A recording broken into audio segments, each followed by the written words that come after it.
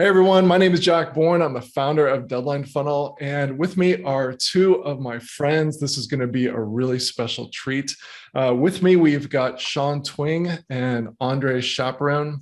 So let me introduce these guys. You might be a little bit more familiar with André, so I'll introduce him first. So André Chaperon is Hey. one of the guys, that I followed from the very, very beginning, way back when he was kicking off autoresponder madness, and he started putting out these amazing emails about how he was, getting into affiliate marketing. And it was just, I just really, fell into his world. And I was like, these are the most amazing emails that I've ever read. So he's really well known for his ability to write sequential emails, autoresponders, to write stories.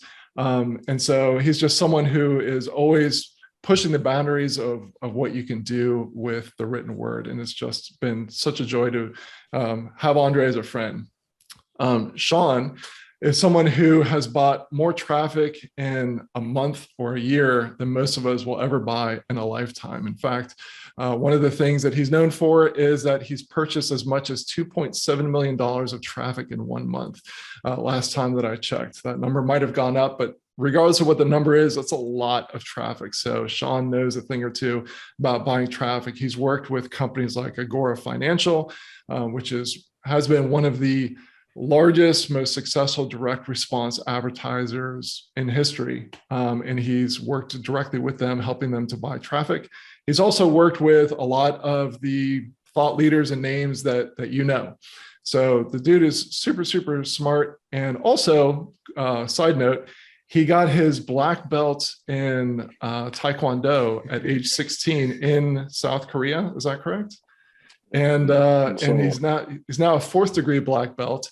Every morning he plunges his hand into hot coals and nails so that he can. I thought we agreed it was lightsabers, Jack. I plunged my hand into a bucket of lightsabers. Sorry, that was last year's routine. This year it's a bucket of lightsabers. Last year was lava. Now it's lightsabers. Yeah. But honestly, the guy is basically a lethal weapon. So, anyways, we're not gonna be talking 50-year-old broken lethal weapon.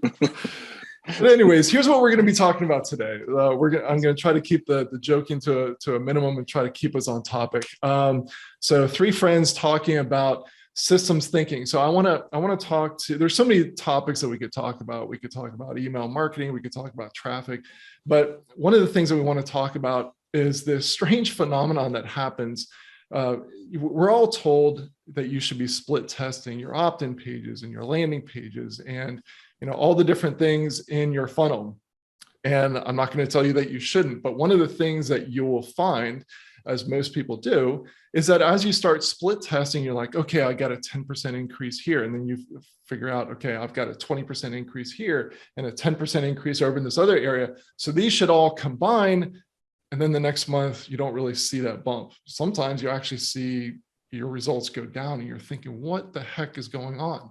And so what Shawn and André have come up with is this concept of applying systems thinking to the overall process. So I think that's about as good a job as I can to kick off the conversation. So Shawn, why don't you take the conversation? Why don't you start us off and talk about what you guys have discovered in terms of systems thinking? And I want to make sure we don't just talk about the problem, but also the way that you found it helpful to explain to your students how they should be looking at their overall system.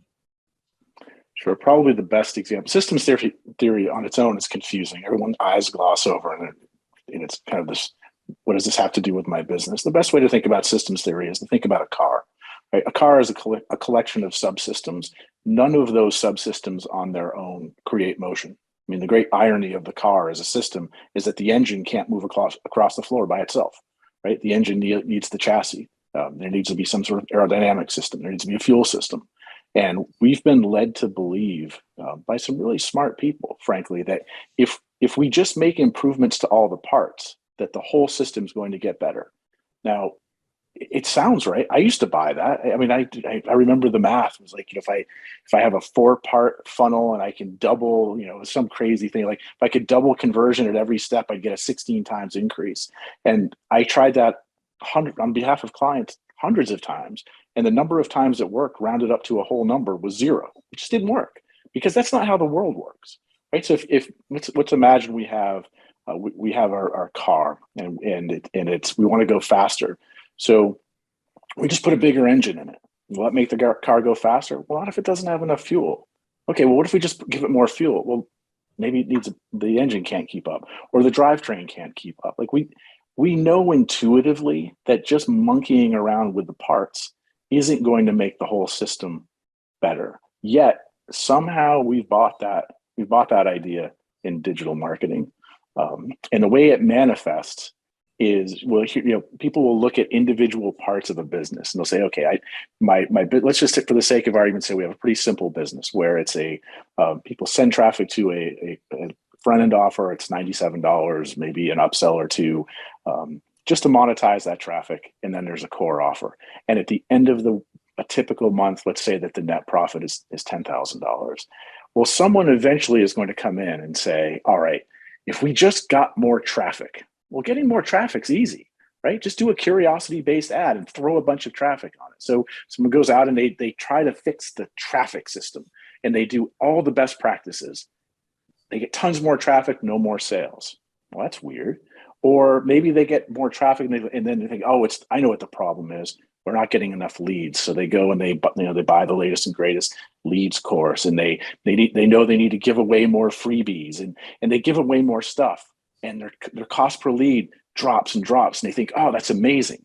But unless you're optimizing your business, unless you're in the cost per lead business, who cares? What matters at the end of the day is the goal of the system. The goal of the system of a vehicle is forward motion. The goal of a business system is whatever you're optimizing that system for. If it's revenue, then every decision you make in the business is subordinate to generating more revenue. It is not subordinate to generating a lower cost per lead. We think those things are related. We think they're causally related. They're not.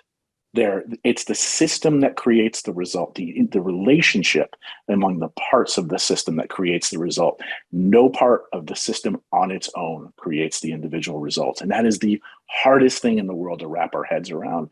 In a great systems theorist, Dr. Russell Ackoff said it best, that the righter you do the wrong things, the wronger you become. And when you wrap your head around this idea, we're like, wait a minute, if I lower my cost per lead, that's always right. Sometimes that the activities required to do that get you the wrong type of traffic. So the righter you do the wrong thing, the more your business suffers, the worse your results. And that's so hard. It's one of those things that it's like you're constantly grasping for it, but we see it all day, every day. And we see our students, once our students get it, everything changes. So that's a not short answer to a short question.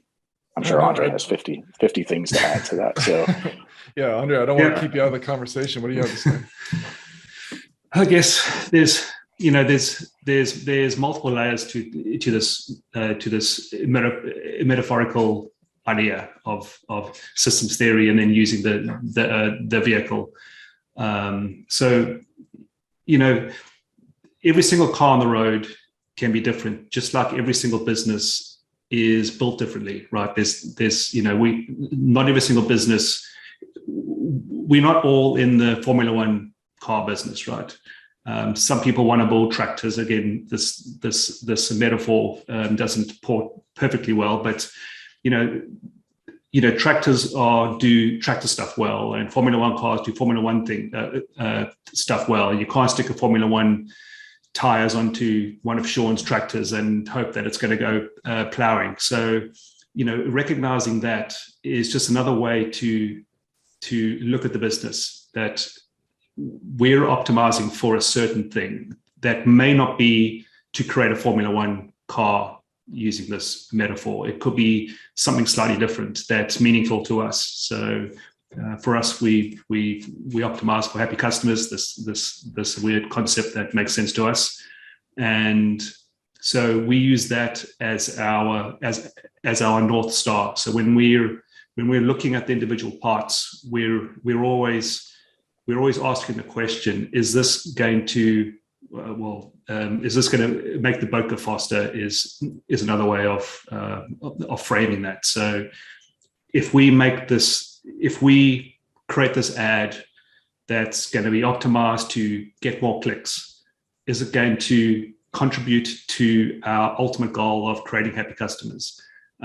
So that's just a nice way to sometimes think about when you're zooming down into the parts, but still recognizing that there's this overall system-wide thing that you're optimizing for. You're not optimizing for the little micro conversions along the way. Okay, so you actually in listening to what you were just saying, you brought up your goal of creating happy customers, and so this is one step into answering the question I'm about to ask, and this could be to either of you.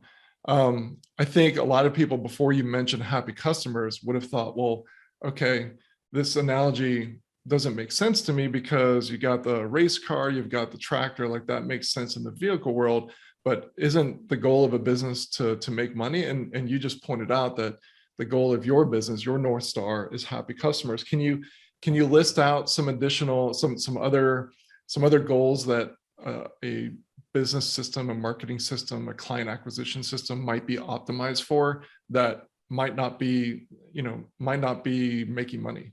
I'll tackle this one first because I just wrote about this last night. I've been thinking about this. We've described our business.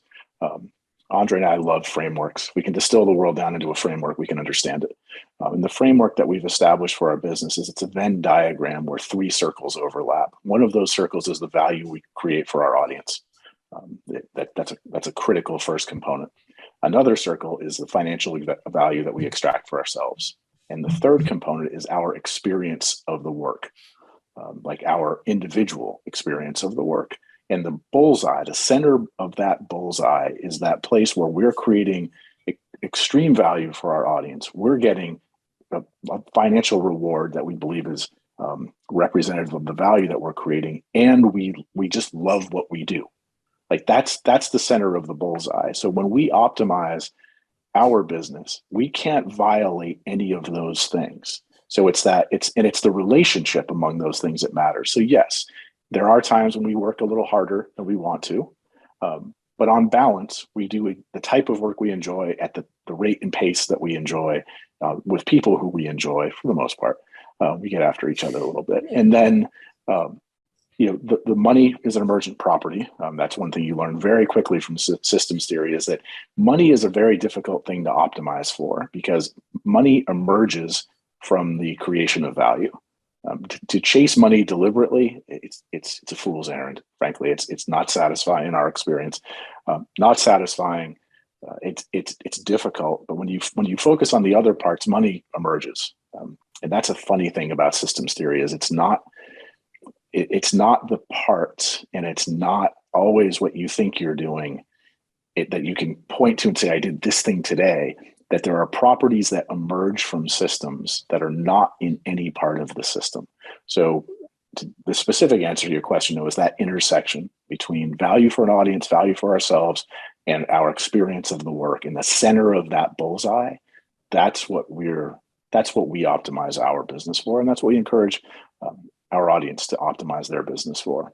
If you're optimizing just to get any customer, getting any customer is very different to getting certain types of customers, right? So when we build a business, we get to choose, we get to engineer and build a business based on the people that we want to do business with. That's our choice. That's not dictated by us. This is our creation, which intersects with what Shawn's just said. So if we only want to do business with a certain type of people and have this certain type of experience, well, optimizing just to generate customers, that's going to violate that very quickly, because there's many customers that none of us would want as a customer. Yeah, so I think that's another way to look at it. Well, and what I was about to say was, thinking about your Venn diagram as Shawn laid it out makes a lot of sense, because I can imagine that on the list of things that you guys could provide to your audience, there are some items on that list that might deliver tremendous value, and it might give you financial reward, but you guys wouldn't enjoy actually going through the process of creating that type of business and delivering that type of service. On the flip side, there's things that I'm sure you guys would love to do, but might not add as much value as some of the other things. And so really dialing in those three circles as they intersect in that bullseye makes a lot of sense. But one of the things that I was hoping that you might be able to bring up would be, maybe this is to Shawn. You guys work with a lot of different clients. So it's not everyone's going to model their business after yours. Are there some other things that you can imagine that someone might choose, even if it's not the way that you want to design your business, some other ways that people might set up their business to be optimized for as a system? Yeah, I mean, that's a good question, because really, if you boil it down, we've written extensively about this. We've thought about this extensively. If you boil it all down, a business really just has three non-negotiable parts, right? You need to generate awareness. You need to create some level of engagement, and then you need conversion, right? So awareness is just, if no one knows you exist, you or your offer exists, then who cares how great the offer is? But if someone knows you exist, but they don't take a step closer to you, maybe they don't become a lead, they don't go look at your offer page, whatever it is, they don't step closer to you, they don't engage with you, then that traffic's not very worthwhile. And if you get all the awareness in the world and all the engagement in the world, but nobody ever buys, then that doesn't work either. So you can't have any combination of these components other than all three. They're irreducible. So I think the way to find the answer to your question is to look at those interactions and ask yourself, like, what could really matter here to the individual? Some people, hey, no judgment. Some people, they look at money as a neutral indicator of value. It's a scorecard, and it's about driving revenue and scaling and building the business to its upper limits. Excellent. That's somebody's metric, and that's lots of people's metric. For other people, it's the money is far less important than the impact they're able to make on the world. So impact businesses are, I think that's certainly something else that you can optimize for. Lower your pricing, broader distribution, right? That could work. Certainly you could optimize. This is the toughest one, is to optimize for information consumption. People buy for a lot of different reasons, but the track record of us as a species of consuming and acting on information that would improve our lives is not very good. We have people like Seth Godin trying to figure this one out, and he's had a lot of difficulty even moving the numbers on consumption. And when he's focused really on making consumption a goal of his business, that's a tough one. So I think there's really any number of things that people can choose from. It just needs to be meaningful enough that not only does it get you out of bed in the morning, but it gets you out of bed a little bit earlier and a little bit more excited. And if helping the world does that, if making piles of money does that, I think that's an individual decision. I think we don't come with prescriptions. Certainly not for our students. We don't say that, like, this is what you have to optimize for. We happen to optimize for happy customers because we believe that combination of factors makes the experience for us much, much better. And it solves a lot of other problems. Maybe that's partially just because I've worked with more than 240 clients over the years. Not all 240 were fun to work with. Surprise.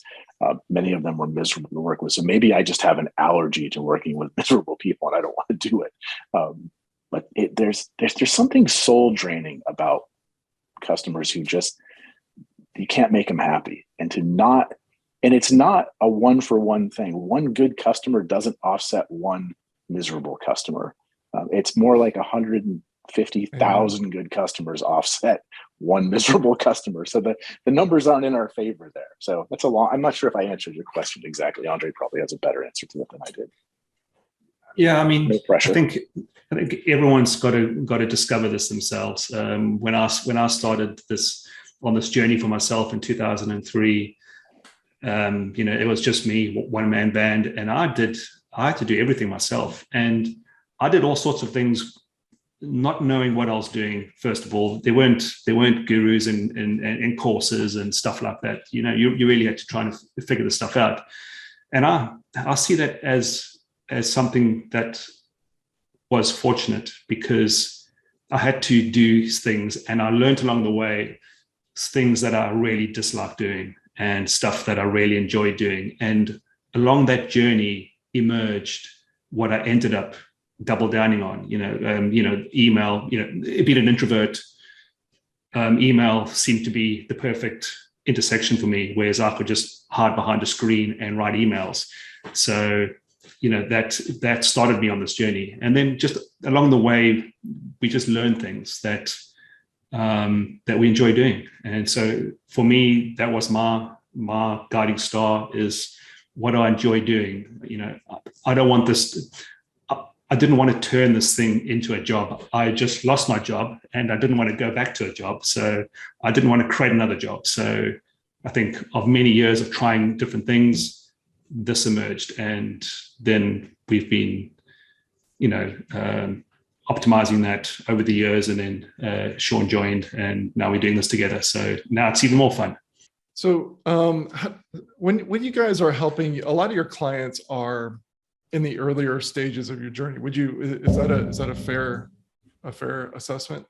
I'm sure they're all over the. Yeah, we don't know the percent. Yeah, we don't know the percentage. If I had to guess based on a few data points we have, we'll call this anecdata, not hard data, but I would guess the number is somewhere 40 to 50%, maybe as high as 60% are people who are really trying to. There's some what I would define as some pre-income replacement income generation. That could be zero, but it could also be $4,000 or $5,000 a month, and they're not quite at a point where they feel comfortable enough to leave the job, I think that's somewhere in that neighborhood.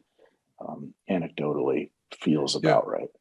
So where does systems theory and the systems thinking, where does this fit into an entrepreneur's journey? Is this something that you guys feel it belongs near the beginning, or is this something that you figure out as you're getting to the point where you're like, okay, I've got my audience, I'm getting engagement, and I'm getting conversions. Now let's think about it. What's the order there?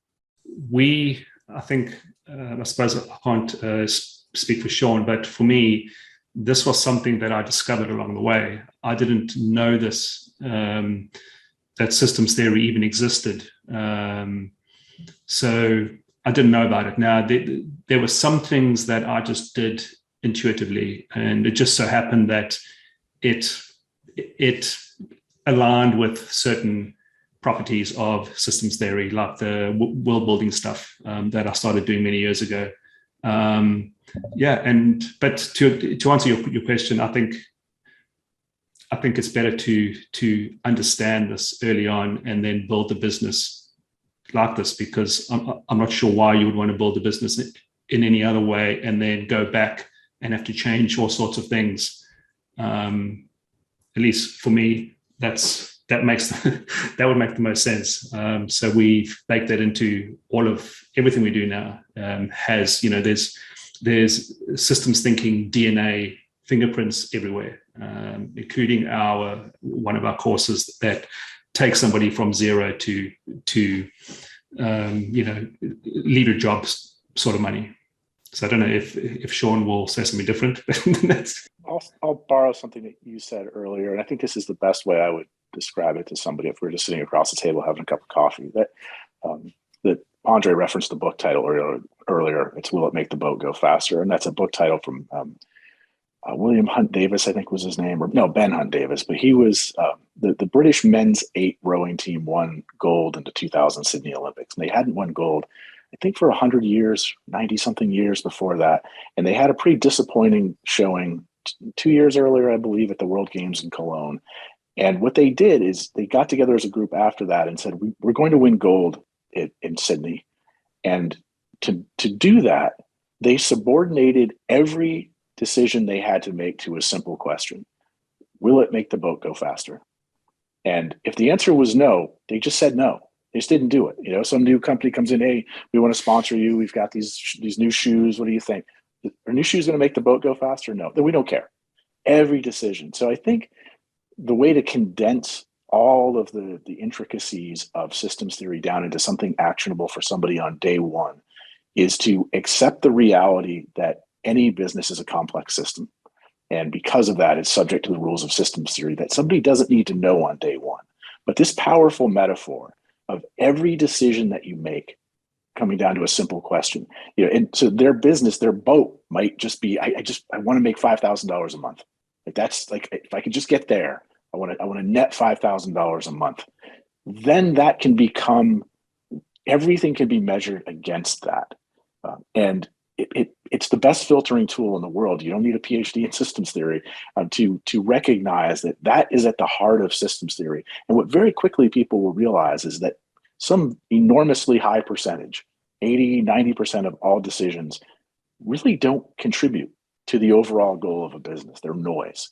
And that one question gets rid of all the noise. And we've integrated that into our teaching. It shows up everywhere, that we're always reorienting to this. Do we know what faster is? Do we know what our boat is?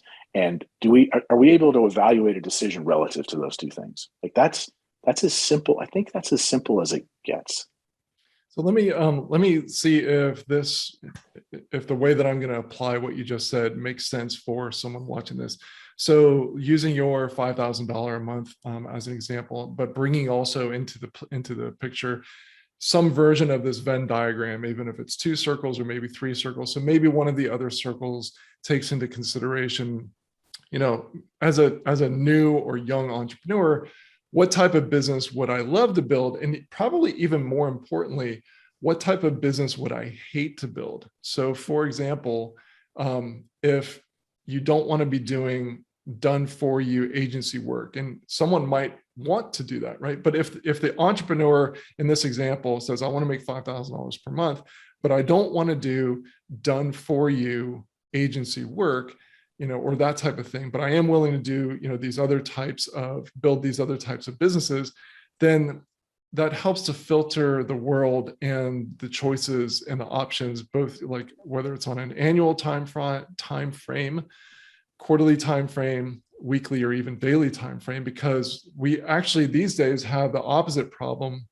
than when, all 3 of us first started, certainly Andre, back in 2003, 2002, in that time frame, as you were mentioning, Andre, there wasn't a ton of information. Like you had to figure out a lot on your own. Now it's all flipped, where information that people would have charged hundreds or thousands of dollars for, you can download from dozens of different podcasts and get it for free. But now the opposite problem is that there's so much information and so many people telling you, this is the way to do it. You got to do it like this, this is the type of business to build. How do you filter out all that information? So am I on the right track with how a young or new entrepreneur early in their journey could apply systems theory? I think you are. I would add one other question that this way we distinguish things. This is from my background as running an agency. I ran an agency for 21 years. And what would happen at least once a year, if not more frequently, one of my long-term clients would get a competing proposal from some bunch of yahoos at some other agency, and it would be 25, 40 pages, and it would be a list of everything that my client could do. And that's the critical distinction, because it was absent any understanding of what their budgets were, what they had for staffing, what their resources were. I had no clue. So they would give them this paperweight of a document. And invariably my clients would come to me and say, so-and-so agency came to us and they said, we could do all of these things. And at one point I just blurted out, pissed, frankly. It was like, right, if time, energy, and dollars were infinite, we could do all of these things. But in reality, time, energy, and dollars are finite. So the question isn't what could we do? It's with the time and energy and dollars that we have available, what should we do? And we can't answer that question until we know the answer to the will it make the boat go faster question. Like this is the relationship between those two things. So if you're someone who says to yourself, I just want to be making $5,000 a month, I've been dipping my toe in this internet marketing world, I kind of have an idea of how the basics work, I know I don't want to do like client work, but I'm not really sure what to do. You have an evaluation tool. And you might say, I work 40 hours a week. So I have a certain amount of time. So you can see how we're winnowing down the options now, where it's like, okay, well, maybe I have 20 hours a week that I could devote to this, and I don't have any money to spend on paid traffic. Okay, you can see that we're getting closer and closer to a very small circle of what they could do to make this imaginary boat, which seems like a lot like a canoe with a hole in it at this point, to make it go faster, because, or at least we're defining the boundaries of the boat, to use this metaphor, that we have a sense of where we're playing, versus the problem that you identified, which is we are awash in potential answers to the "what could I do" question. And we could start today, and in 3 years we wouldn't have finished the list of all the different things that somebody could do who was interested in promoting an offer, creating an offer, and putting it out in the world. We could spend countless hours doing that, but there really probably aren't more than 3 things somebody actually should do. Wow, that's a great answer to that question. So, André, anything that you want to add? No, I think that's painted a nice picture. I think the only thing I'll add, for people that are starting this journey, it'll be mainly for them, is to just do this thing. So just figure out those 3 Venn components, and then just go and do it, as opposed to overthinking it. And along the way, you're going to figure out stuff that you just hate doing or you don't enjoy doing, and stuff that you just love and you want to double down. Because the business that you start to build from day one is very unlikely to be the one that you end up doing for your forever business, or in 5 years, 5 years downstream. So yeah, just go on the journey and lean into it, and then just pivot from there, and just move in the direction that feels like a fit, that's something you could do long term, as opposed to just something that's driven purely by money, because it's easy to make money, doing all sorts of different things. So why not earn money doing something that's enjoyable or you love doing, if you're that fortunate? Yeah, I think that's a really great point, because, all 3 of us have made pivots in our business, sometimes multiple pivots, where, it's based off of information that you get, where you just get to a point in your business where something just isn't right. And that's okay. It's okay to, I think it's comforting to know that's a really common emotion and experience. And you can use that information to guide where you go next. Basically, what you've just figured out is, what sort of thing doesn't make the boat go faster, or you're redefining, what the metric is, what faster is, because it's like, okay, I'm not willing to do, build certain types of businesses, even if they would be profitable. I want to build this type of business. And so you've just added one more criteria to the list of things which you no longer have to pay attention to if it fits into that category. You mentioned the Venn diagram, and I know, Shawn, you gave your example of what the Venn diagram looks like for you guys, but can you just make sure that we spell out what are or maybe André, maybe you should take this one, whoever wants to take it, the 3, what are those 3 components of the Venn diagram that, even if they come up with different answers than you guys did, or a different answer than I would, what should they be asking themselves in those 3 circles?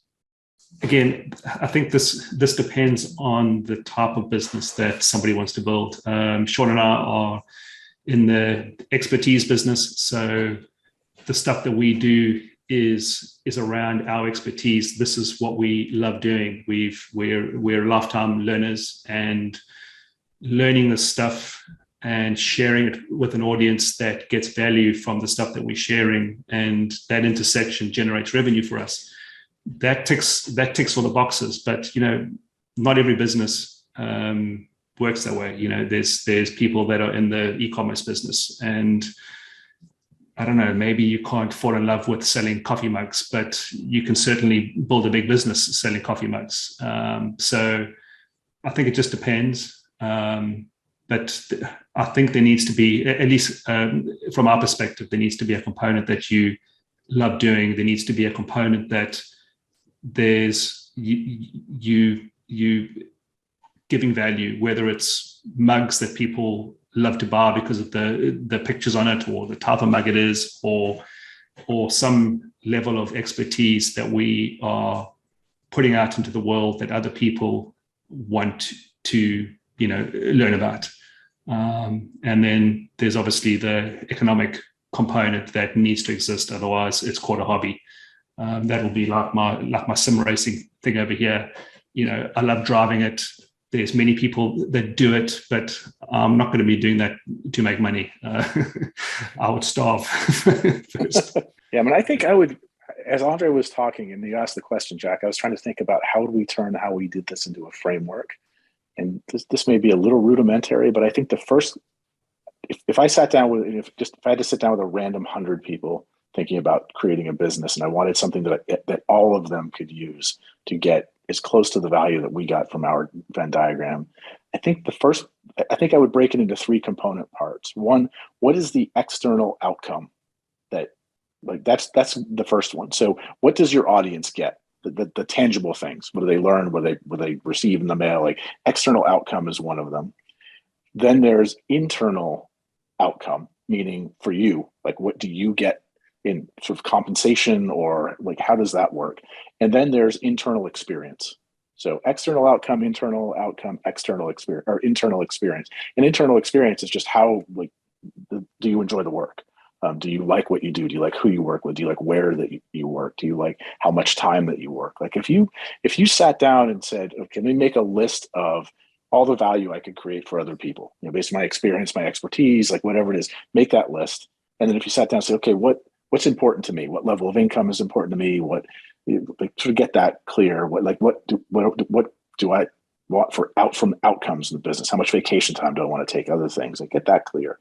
And then make a list of, where do I want to work? Who do I want to work with? How much time do I want to work every, day, every week, whatever it is. If you get answers to those questions, you're going to get a really interesting Venn diagram that can show you lots of ways to mix and match your experience and expertise with what feels right to you for compensation in a way that you enjoy. And I think it may not be a universal framework, but it's reasonably close that I think people could use that.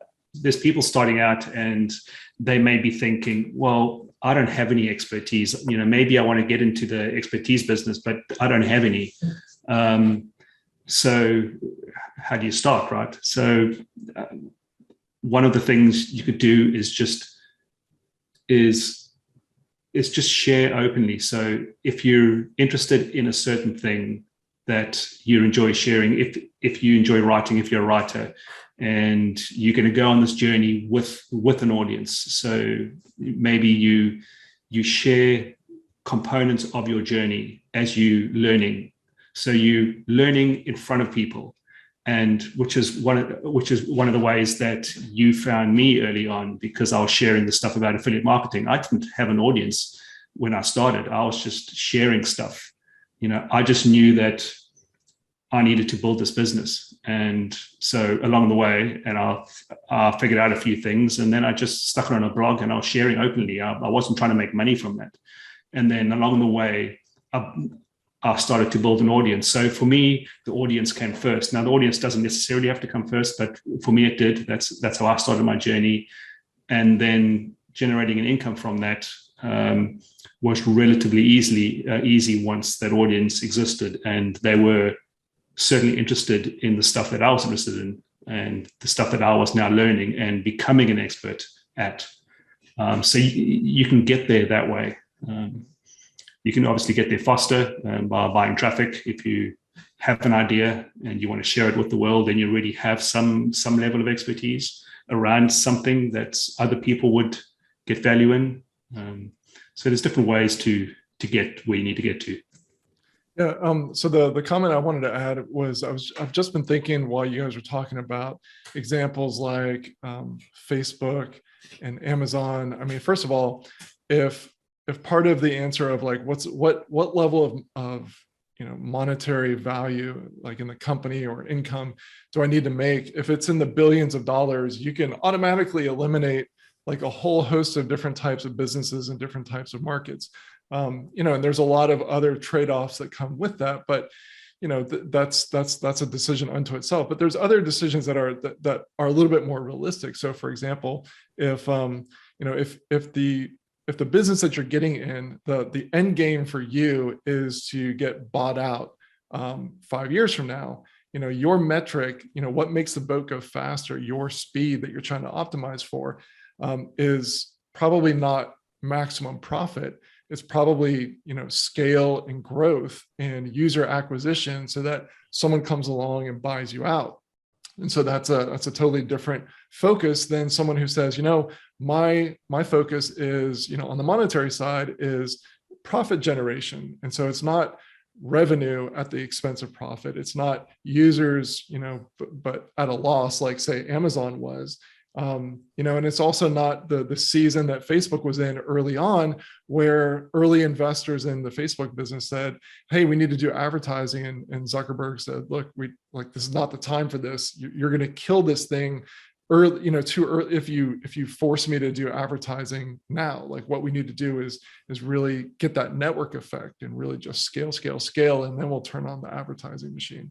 So I think there's also a seasonality to the business, because there might be a season in someone's business where, the goal is getting feedback. Like that's what you need at that time. Like, how can I get feedback as quickly as possible? And then you shift to maybe it's profit, and then I also think, I should probably stop opining and interview you guys more. But I think one of the other things is recognizing very early, like just like you mentioned, Andre, you early on could eliminate and ignore any business that was going to require you to be like out there doing tons of public speaking, doing lots of video where you're on camera, behind a camera, Facebook Live. Like it took a lot of coaxing from me, and we have a long-term relationship to go, come on, let's get on the camera, because it's just not what you want to do. And so along those lines, I think there's something very instructive that, I think people should be thinking about, like, if you're starting out, the beautiful thing is that you have the opportunity to build the business that you want and to say no to the other things, because it could be like golden handcuffs if you build a business doing things that you don't like and the money's coming in, and now you have to make the choice of, okay, like now what? Because I'm not happy. It's just not feeding my soul, but it is feeding my bank account. So how do I reconcile those two things? I want to go ahead and we've got a really cool topic to talk about in the advanced session. So one of the things that I mentioned that André is really a master at, and Shawn is as well, they work hand in hand together really well, is this concept of world building. Now, if that term seems a little bit strange to you, like what sort of world building are we talking about?